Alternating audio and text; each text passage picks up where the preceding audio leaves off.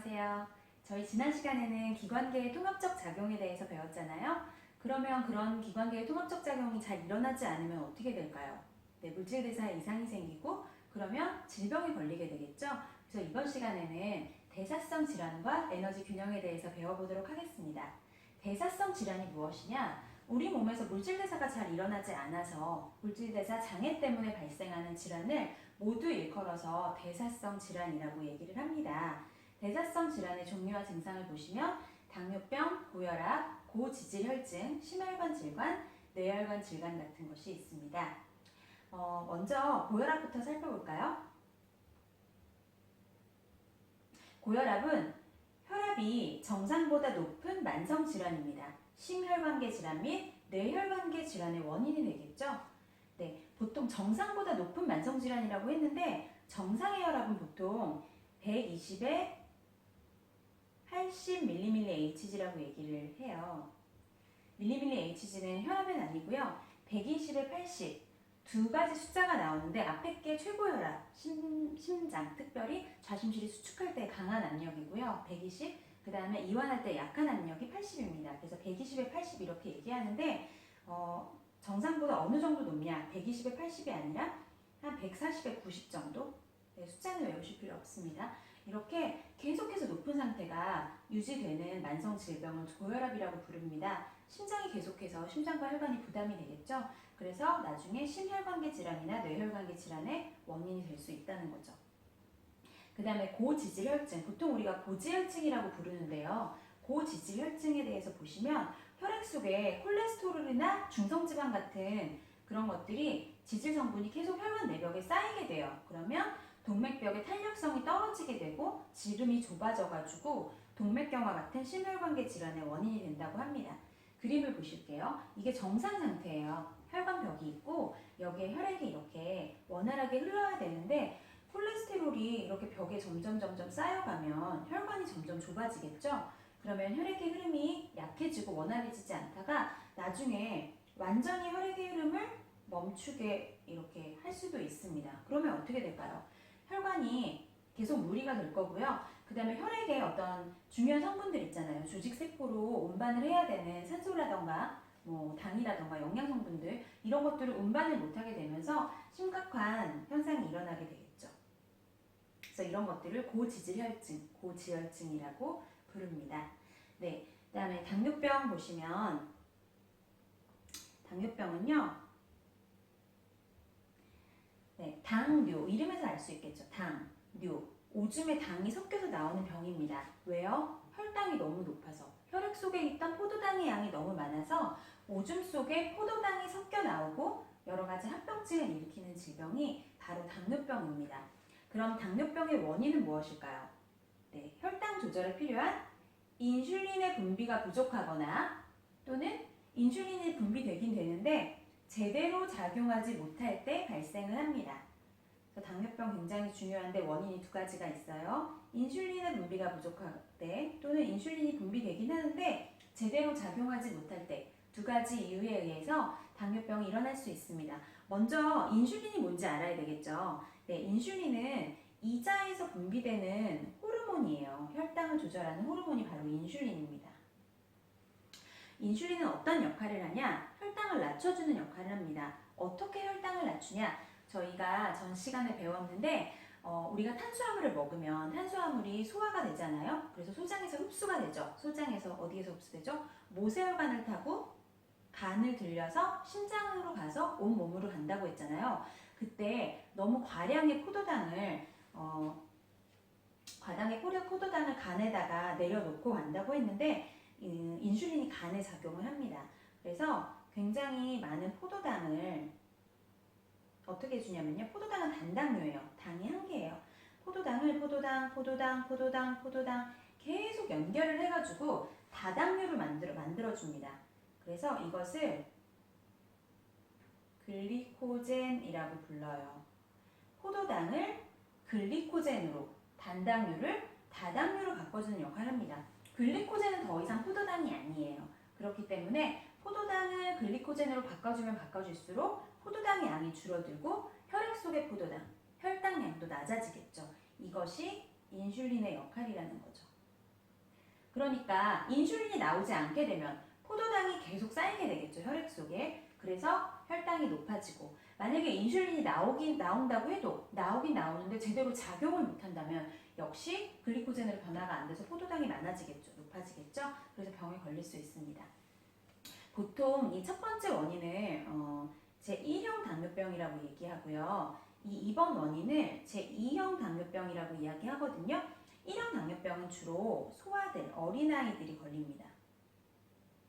보통 어린이들이 걸리고요. 2형 당뇨병이 일반적으로 성인한테 있는 대부분의 당뇨병이에요. 이것은 소아당뇨병하고는 상관없고요. 주로 비만이나 그런 생활 습관 때문에 걸리는 경우가 많이 있습니다. 그래서 1형과 2형 당뇨병 원인이 조금 다르다는 거 알아주시고요. 당뇨병은 굉장히 시험에 많이 나오는 질병이고 또 인슐린은 정말 시험에 가장 많이 나오는 호르몬 중에 하나니까 꼭 알아두시기 바래요.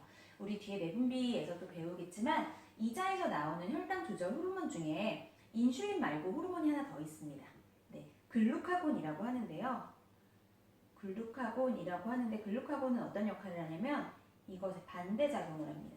글리코젠 다당류를 잘라가지고 포도당으로 바꿔주는 역할을 해요.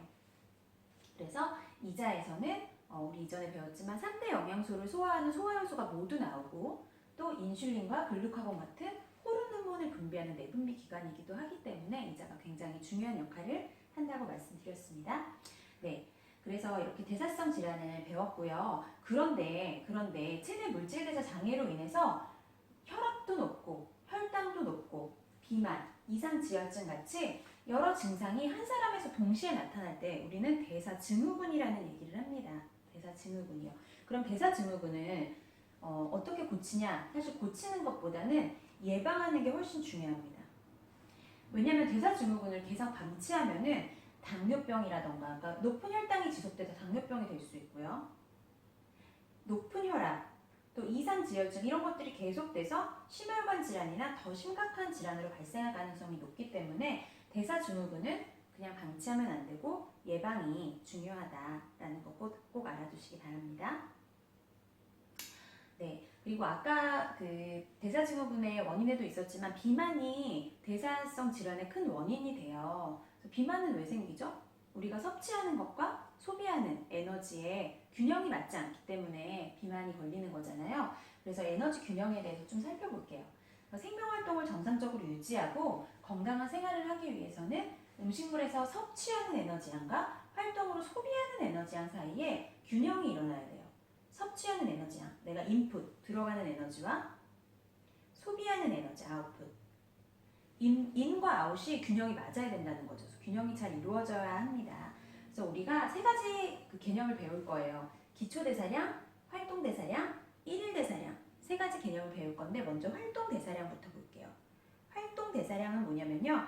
우리가 다양한 생명활동을 하기 위해서 이렇게 필요한 에너지 다양한 생명활동을 하면서 소모되는 에너지량을 활동대사량이라고 얘기합니다. 우리가 공부를 하거나 운동을 하거나 밥을 먹거나 여러 가지 활동을 할 때 필요한 대사량이 에너지량이 활동대사량입니다. 그렇다면 아무 활동도 안 하고 가만히 있을 때는 에너지가 필요하지 않을까요? 예를 들어 가만히 누워서 잠을 잔다거나 아무것도 안 하고 눈을 감고 시체놀이를 하고 있다거나 이럴 때 에너지가 들지 않을까요? 에너지가 들겠죠. 왜요? 일단 심장이 뛰잖아요. 심장이 운동을 하고 있고요. 혈액순환도 시키고요. 호흡도 하죠. 그리고 체온도 조절해야 돼요. 그래서 우리가 특별한 활동을 하지 않는다고 해도요. 생명현상을 유지하는 것 자체에 에너지가 듭니다. 그래서 생명현상을 유지하는 데 필요한 최소한의 에너지량을 뭐라고 부르냐? 기초대사량이라고 부릅니다. 기초대사량이요.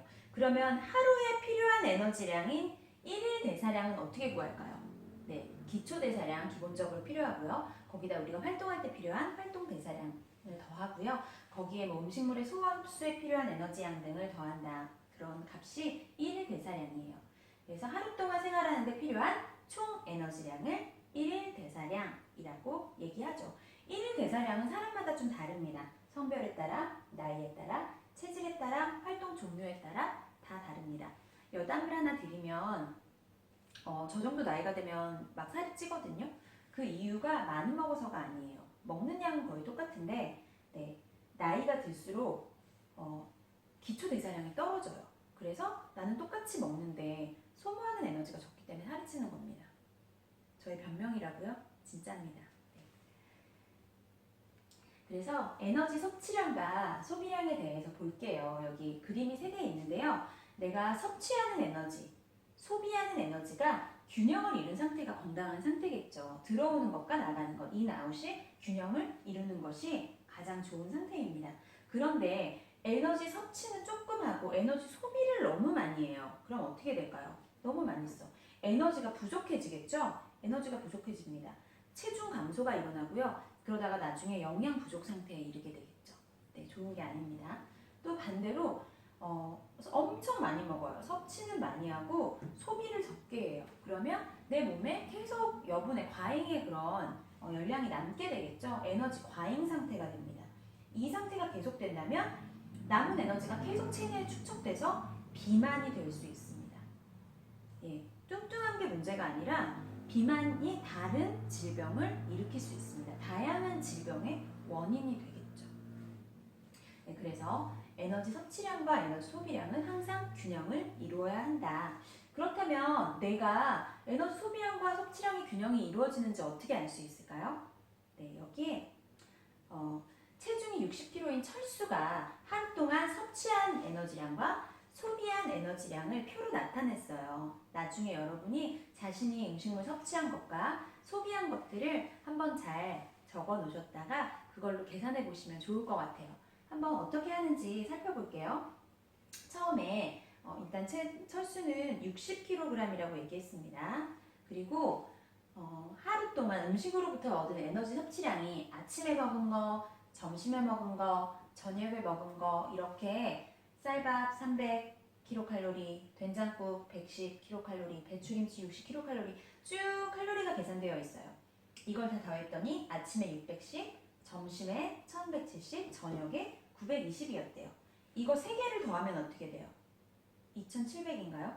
그런 킬로칼로리가 나오겠죠. 그래서 철수가 하루 동안 섭취한 에너지량입니다. 그게.